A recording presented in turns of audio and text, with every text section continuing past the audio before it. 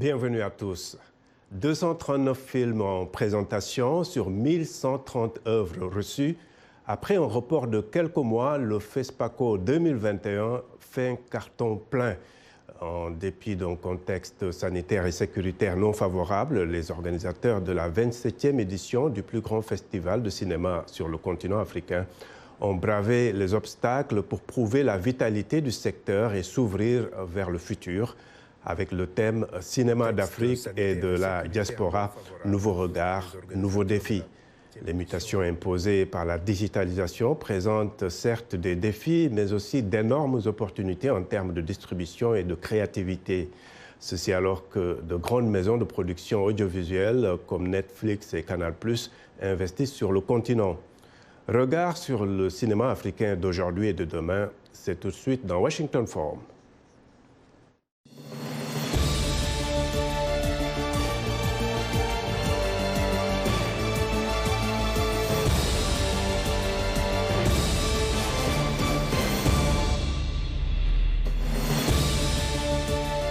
Initialement prévu en février, le 27e Festival panafricain du cinéma et de la télévision de Ouagadougou a finalement ouvert ses portes le samedi 16 octobre. Le FESPACO se tient dans un contexte de grande mutation et d'ouverture pour le 7e art en Afrique. Suivons les explications d'Arzouma Compaoré. Comme l'indique le thème de cette 27e édition du FESPACO, les professionnels du cinéma africain sont résolus à ouvrir une nouvelle page. Et la symbolique est forte, l'espoir de tout un continent porté sur les épaules de l'homme le plus fort du monde. Le thème qui a été choisi, qui vise effectivement à voir quelles sont les difficultés, les contraintes, les perspectives du cinéma africain, c'est un thème qui est important. C'est un festival qui porte un nouveau regard sur le cinéma d'Afrique et de la diaspora.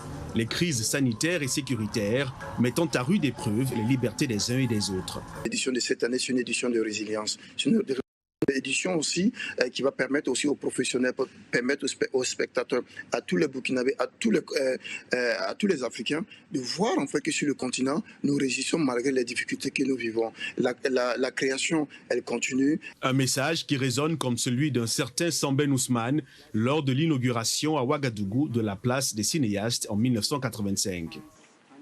L'acte auquel nous venons d'assister ne concerne pas seulement le cinéma et les cinéastes. C'est tout un peuple qui prend conscience de la place qu'une culture occupe dans nos cœurs et dans notre évolution. Depuis lors, si les éditions se sont succédées avec à chaque fois la même ferveur populaire et plusieurs délégués généraux, la qualité et le nombre de films projetés n'ont cessé d'augmenter, et d'abord avec l'avènement de la vidéo, puis plus récemment du tout numérique. Selon une récente étude de l'UNESCO, environ 2500 films sont réalisés chaque année par Nollywood tout seul, l'industrie du film nigérian. Mais à l'image des devanciers, le FESPACO prend des rides. Il lui faut un nouveau souffle, et de l'avis de beaucoup, il semble l'avoir retrouvé sous la direction de son nouveau délégué général. L'une de nos missions, c'est de pouvoir ramener les professionnels au cœur de cet événement-là. Les catégories existantes déjà ont été renforcées par de nouvelles catégories, dont la section perspective, où l'espoir est talent. Et justement, ça va permettre à ces jeunes réalisateurs de pouvoir se confronter entre eux. Et nous avons aussi justement cette section que nous appelons adorablement la section Burkina. C'est aussi de permettre aussi le cinéma burkinabé qui a fait le bonheur du continent africain et bien sûr aussi du Burkina Faso aussi, puisse retrouver sa place aussi dans ce concert de création cinématographique. Pour Alex Moussa Sawadogo, le FESPACO reste une passerelle, une vitrine de visibilité des nouvelles créations du continent et de la diaspora, une passerelle pour les aspirants du cinéma et surtout un moyen pour lier l'artistique et l'économique afin que le FESPACO demeure un festival de son temps. Voilà, merci beaucoup. Et donc, nous avons donc comme invité depuis notre studio de Paris, Karine Barclay. Karine Barclay, fondatrice de Kibé Business Services. Elle est initiatrice du pavillon Afrique au Festival de Cannes. Et avec moi ici en studio à Washington, Arzouma Compaoré, journaliste, présentateur du Monde aujourd'hui, mais également auteur du court-métrage Hawa. Merci à vous deux. Alors je reste avec vous, Arzouma. Arzouma, les échos qu'on a du festival en ce moment, avec toutes les nouveautés, quelle est votre appréciation? Je peux dire que de ce que j'entends en tout cas sur place, les gens sont plutôt ravis. C'est un festival, comme on le disait tantôt, de la résilience. Les gens ont voulu sortir pour exprimer quand même leur résistance et leur courage en fait face à la situation que le pays vit. C'est un peu une sorte de test de témoignage pour les festivaliers. Sécuritaire, mais également le sanitaire COVID. aussi, c'est ça. D'accord. Alors, Karine, vous dites que vous voulez donner plus de visibilité sur la scène mondiale talent africain et de la diaspora, n'est-ce pas? Et de permettre au continent de prendre une plus grande part des milliards qui sont générés par l'industrie du film au niveau international. Pour vous, qu'est-ce qui manque à la chaîne pour que cela puisse se réaliser? Écoutez, je dirais, à moitié sous forme de boutade, que Pavillon Afrique est le chaînon manquant pour rendre vraiment l'industrie cinématographique africaine un peu plus performante. Parce que ce qu'il manquait, il y a les talents déjà, surtout, et c'est ce qui est le plus important. Il y a la volonté aussi. Et ce que nous faisons à Pavillon Afrique, c'est vraiment de permettre que les gens se rencontrent et forment ensemble une chaîne de valeur pour permettre à l'industrie de vraiment performer. Et vous avez parlé tout à l'heure du rapport de l'UNESCO sur le cinéma africain, et il disait que donc les trois besoins basiques, c'est la formation, un cadre institutionnel et juridique et également un fonds. Et nous mettons ensemble tout cela à Pavillon Afrique. Nous avons de la formation puisqu'il y a une école de formation en ligne intégrée qui s'appelle Arts et Business Center, pardon. Nous invitons aussi donc les institutionnels, c'est-à-dire soit les ministres de la Culture ou encore les commissions du film. Et nous essayons également de faire venir des investisseurs pour investir sur les films. Donc nous essayons déjà, avant même d'avoir le résultat donc de ce rapport, de mettre ensemble toutes ces trois branches qui sont indispensables pour former un tout cohérent. Et pourquoi Cannes particulièrement? Tout simplement parce que je crois que souvent nous ne nous autorisons pas à être dans les plus beaux endroits. Cannes est le festival le plus beau, le plus glamour et l'un des plus grands au monde. Et je pense que l'Afrique doit y être tout simplement. Nous avons notre place parce que nous avons des films qui ont de la qualité, nous avons les talents comme je l'ai dit tout à l'heure. Donc pourquoi pas? D'accord. Alors, Arzouma, comme Karine l'a dit, hein, l'Afrique doit réclamer sa part de cette manne financière. Qu'est-ce qu'il faut, puisque sur le continent, comme vous le savez, beaucoup ont épousé le 7e art, principalement par passion. Maintenant, on se rend compte que quand même, il y a d'énormes opportunités économiques. Alors, c'est une question un peu difficile parce qu'il n'y a pas une seule réponse à cela.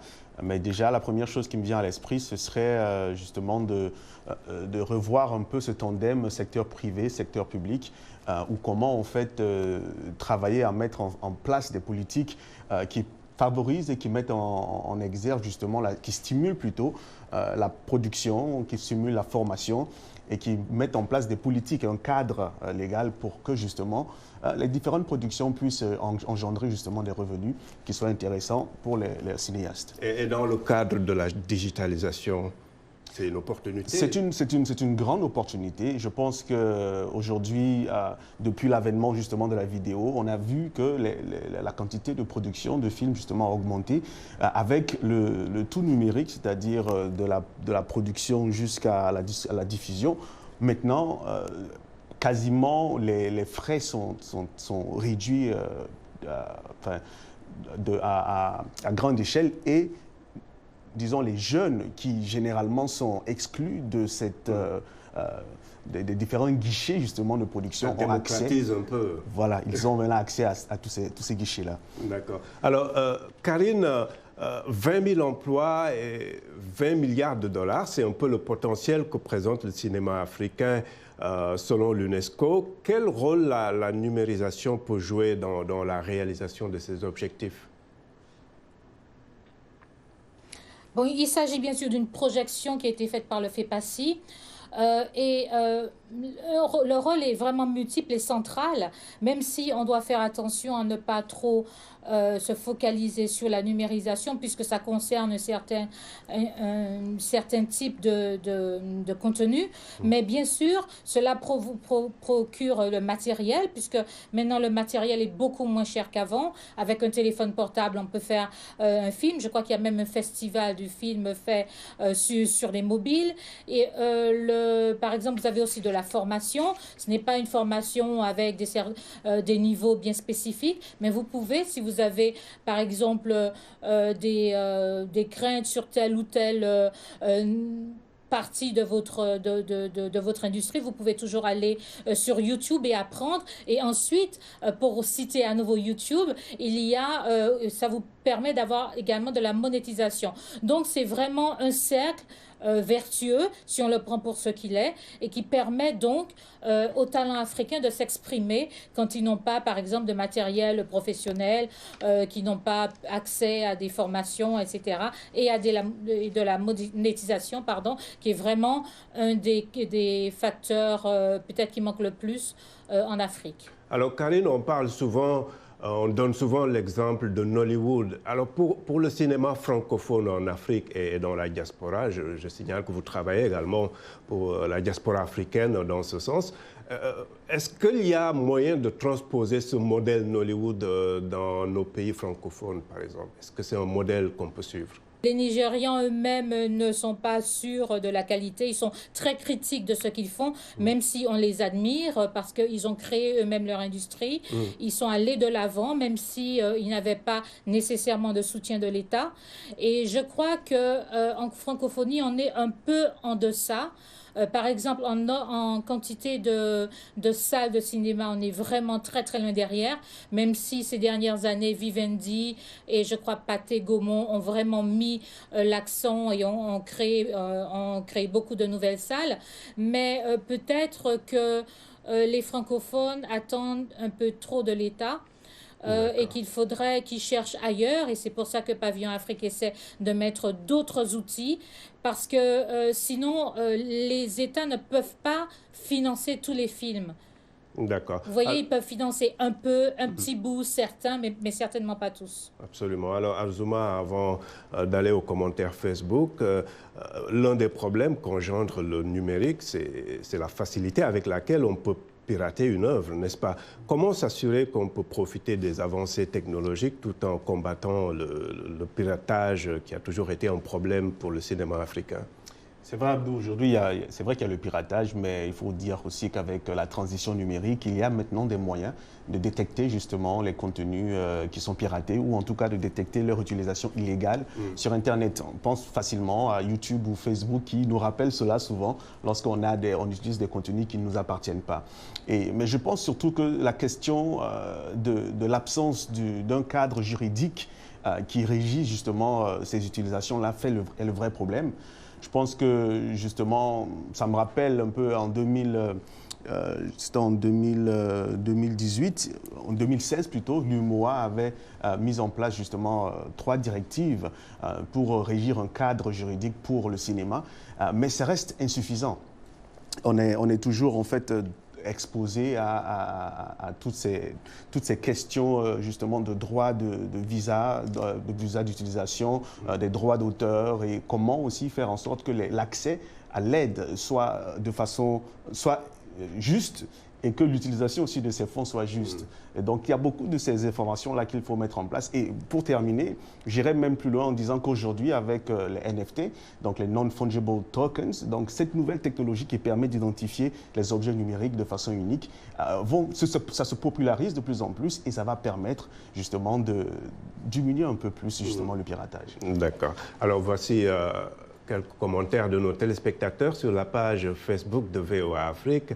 Nous avons Archiduc Théodore qui est à N'Djamena. Il nous dit « Les défis du cinéma africain sont liés à son niveau d'industrialisation et de distribution. Ces opportunités résident dans le sens des thèmes abordés et des messages véhiculés. » Et puis Alphonse Mbouaki à Kinshasa écrit la montée en puissance du cinéma en Afrique créera des emplois si celui-ci devient une industrie comme Hollywood et produit des revenus tout en véhiculant la culture africaine à travers le monde. Voilà. Merci beaucoup de rester fidèle à VOA Afrique. Washington Forum revient après une courte pause. Washington Forum, le rendez-vous hebdomadaire de VOA Afrique à ne pas manquer.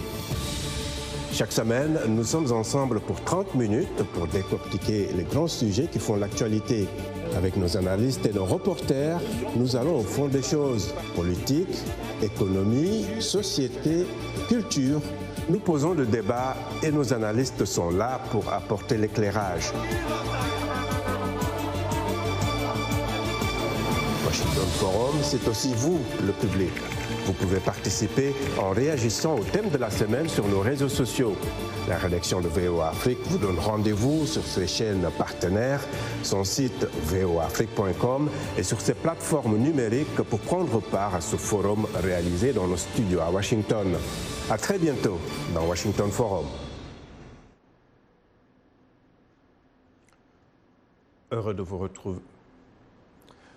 retrouver pour la seconde partie de Washington Forum. Je rappelle nos invités depuis notre studio de Paris, Karine Barclay, fondatrice de Kibé Business Services. Elle est initiatrice du pavillon Afrique au Festival de Cannes. Et avec moi ici en studio à Washington, Arzouma Compaoré, journaliste, présentateur du journal Le Monde aujourd'hui, auteur du court-métrage Hawa, qui parle un peu de l'immigration, de l'intégration, n'est-ce pas? Tout à fait. Alors, Karine, comment est-ce que les cinéastes en Afrique et dans la diaspora peuvent tirer leur épingle du jeu dans le contexte actuel? Je pense qu'ils ont déjà fait preuve de beaucoup de résilience puisque les tournages ont repris. Ils sont très actifs, je le vois sur nos réseaux sociaux, je le vois un peu partout. Ils essaient d'aller vers les festivals, etc. Mais je pense que il ne faudrait pas qu'ils s'enferment. J'ai remarqué une tendance, c'est que tout le monde veut être sur Netflix, tout le monde veut être sur ces plateformes-là. Et il ne faut pas, après, s'enfermer, je pense, vers un seul diffuseur, parce qu'il y en a beaucoup d'autres qui sont prêts à accepter les films. Il faut aller les voir, et c'est seulement en élargissant le scope de ce qu'on veut faire du réseau qui pourront vraiment arriver, parce que Netflix qui fait un travail formidable pour mettre en avant les contenus africains ne pourra pas absorber tous les contenus. Si vraiment nous montons en puissance, comme on dit, pour passer de... Oui. Pour vous, donc, vous voyez l'arrivée de Netflix sur le continent d'un bon œil ou pas? Bien, je crois que Netflix, c'est un moyen, un instrument. Il ne faudrait pas le prendre comme son maître. C'est tout ce que je dis. Parce qu'ils font du très, très bon travail. Mais c'est une entreprise qui a vu une opportunité en tête. Est-ce que l'argent revient à l'Afrique de manière générale et au contenu africain de manière plus précise? D'accord. Arzouma, vous aurez l'occasion de réagir sur cette question de la présence ou de l'arrivée de Netflix sur le continent. Le temps d'aller à Ouagadougou, le festival, le FESPACO est un événement biennal très attendu par les professionnels du continent qui se retrouvent dans la capitale burkinabé pour échanger, mais également pour guetter les opportunités. Notre correspondant à Ouagadougou, Lamine Traoré, a rencontré quelques festivaliers. On va suivre. Bon, le Sénégal est invité d'honneur, mais dans les normes, si tu veux, tous les techniciens devraient être pensés, parce que ce sont les techniciens qui font des films. Je ne pense pas qu'au niveau de Ouagadougou, pourquoi ils ne sont pas encore éveillés pour savoir que le FESPACO ne doit pas inviter que des réalisateurs. Moi je suis arrivée hier, je n'ai pas encore vraiment vu tout, mais ça va par rapport, voilà, c'est normal comme d'habitude, quoi. Pour moi c'est une belle expérience et j'ai beaucoup admiré l'organisation. Il y a beaucoup de découvertes Et cet échange avec des réalisateurs, des producteurs, des diffuseurs, donc pour moi, c'est une belle expérience. Ça va un peu. Je peux dire que l'organisation, lui, c'est pas 100%, c'est côté organisation. On ne sent pas le FESPACO. Moi, j'aurais voulu que non, que de la manière dont tout le monde rêvait et puis attendait le FESPACO, que ce soit vraiment waouh. Même s'il y a eu des contretemps et on a essayé de le faire malgré, on doit sentir le FESPACO à travers, comment on appelle, au niveau de ronds-points, au niveau des écrans LED. On devra voir les photos de nos acteurs, pas burkinabés, africains. Les vrais acteurs qui ont marqué, des acteurs, des producteurs, des réalisateurs, même des machinistes, des grands types qu'on peut prendre les photos pour mettre au niveau des écrans LED, des écrans géants, des panneaux publicitaires. Mais pas pour prendre juste rien que les artistes musiciens pour mettre, voilà, bienvenue au FESPACO, bienvenue au FESPACO, ça ne va pas avec. Voilà, merci beaucoup donc, pour ces réactions depuis Ouagadougou. Alors, on l'a vu, Arzouma, ces festivaliers sont surtout à Ouaga, à la recherche aussi d'opportunités, n'est-ce pas? Et si Netflix s'intéresse à l'Afrique, c'est certainement parce qu'il y a quand même un potentiel économique, de bons cinéastes, mais aussi en public, certainement. Mais est-ce que ces maisons de production extérieures ne risquent pas d'imposer le contenu qu'elles veulent et ôter un peu au cinéma africain son africanité, si on peut dire? Personnellement, je ne pense pas. Pour moi, le plus important, c'est d'exister, de diffuser ces films au plus grand nombre de personnes. Et si en passant, on peut se faire de l'argent, tant mieux. Ce que ces streamers, donc Netflix, justement, offrent comme possibilité aux créateurs de contenu africains de plus en plus.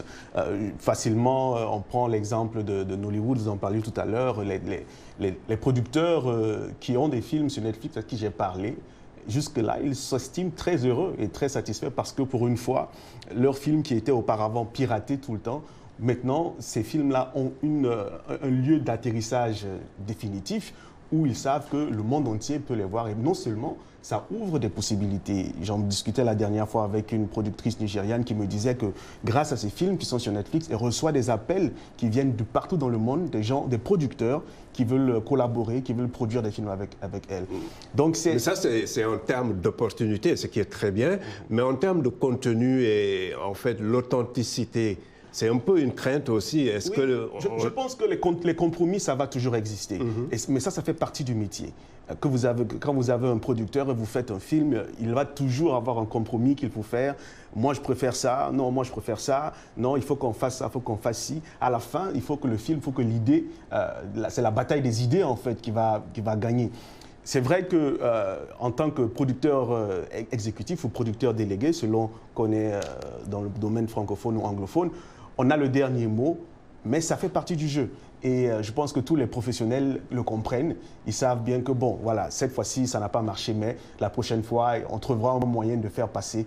On peut toujours trouver le moyen, en tout cas, de faire passer son identité. Son identité, voilà. Le cas de Geneviève Nadji tout à fait. Au Nigeria. Tout à fait. Alors, comment est-ce que les investisseurs africains peuvent s'intéresser davantage au cinéma? Comment les pousser à investir, à mettre leur argent dans le cinéma africain? Que ça ne soit pas seulement Netflix ou Canal+ qui mettent les gros moyens. Oui, parce que c'est vrai qu'il faut reconnaître qu'on a des opérateurs économiques sur le continent qui peuvent faire beaucoup. Vous pensez à Aliko Dangote et tout. Bon, ils pourraient injecter beaucoup de fonds. Je pense que c'est une question de visibilité, de bénéfices. Dans le milieu de l'art en général, le retour n'est pas toujours garanti. Donc ça fait que c'est difficile. Pour voir des films un peu comme Wakanda. Qu'on ne voit pas des films qui présentent l'Afrique sous le prisme de la négativité tout le temps. C'est vrai, et je pense que vous prenez l'exemple de Wakanda, c'était un des déclics qui a ouvert les yeux à beaucoup de gens pour leur dire, écoutez, c'est un film, le cinéma, ça rapporte gros. Beaucoup de gens le savaient, d'autres sont encore hésitants. Mais je pense que dans l'ensemble, avec la nouvelle vague, la nouvelle génération qui est en train de monter, et surtout avec cette transformation que le domaine même de l'audiovisuel est en train de subir, avec l'avènement de tous ces réseaux sociaux, TikTok, etc., on assiste à une nouvelle génération de producteurs de contenu qui s'affranchissent de toutes les barrières. Ils n'ont plus besoin de tout ça et l'essentiel pour eux, c'est d'exister sur YouTube. Et YouTube et les autres réseaux leur permettent de convertir justement cette exposition, cette présence, ce qu'on appelle le clout, en une manne. C'est quelque chose qu'ils peuvent en fait monnayer et vivre de ça. C'est quelque chose qui n'existait pas il y a une dizaine d'années, mais aujourd'hui, on n'a pas beaucoup de temps. Parlons quand même des acteurs, ceux qu'on voit à l'écran. Le rêve, c'est d'aller exercer leur talent ailleurs, en Occident. On a eu cette fameuse polémique au Sénégal avec cette actrice très célèbre d'une fameuse série qui finalement a claqué la porte à cause d'un salaire misérable, entre guillemets, qu'elle a dénoncé finalement. Ça pose le problème aussi de conditions de... Oui, la question des financements, la question justement de l'amélioration des conditions de travail en général des différents techniciens, que ce soit des acteurs ou les techniciens, parce qu'eux aussi, ils sont des acteurs entre guillemets. Et je pense qu'il y a des choses qui sont faites. Au Burkina Faso, par exemple, il y a un fonds qui a été mis en place pour soutenir justement le domaine culturel, donc le fonds d'aide à la création audiovisuelle et touristique, si je ne m'abuse. Et donc, ce fonds-là met justement à disposition des acteurs culturels de l'argent régulièrement. Et c'est devenu le guichet principal. Je sais que dans d'autres pays, c'est quelque chose qui se fait, mais c'est un exemple qui permettrait justement d'améliorer justement les conditions de paiement de ces acteurs-là, qui sont déjà heureux de pouvoir participer et vivre de leur art d'une certaine manière. En tout cas, merci beaucoup Arzouma. Merci également à Karine depuis Paris que nous avons malheureusement perdu. Et nous arrivons au terme de ce Washington Forum. Je remercie énormément les invités, à vous qui nous avez suivis à travers nos télépartenaires, mais également sur notre site voaafrique.com et sur notre page Facebook. Je n'oublie pas, bien sûr, toute l'équipe technique. À très bientôt. Au revoir.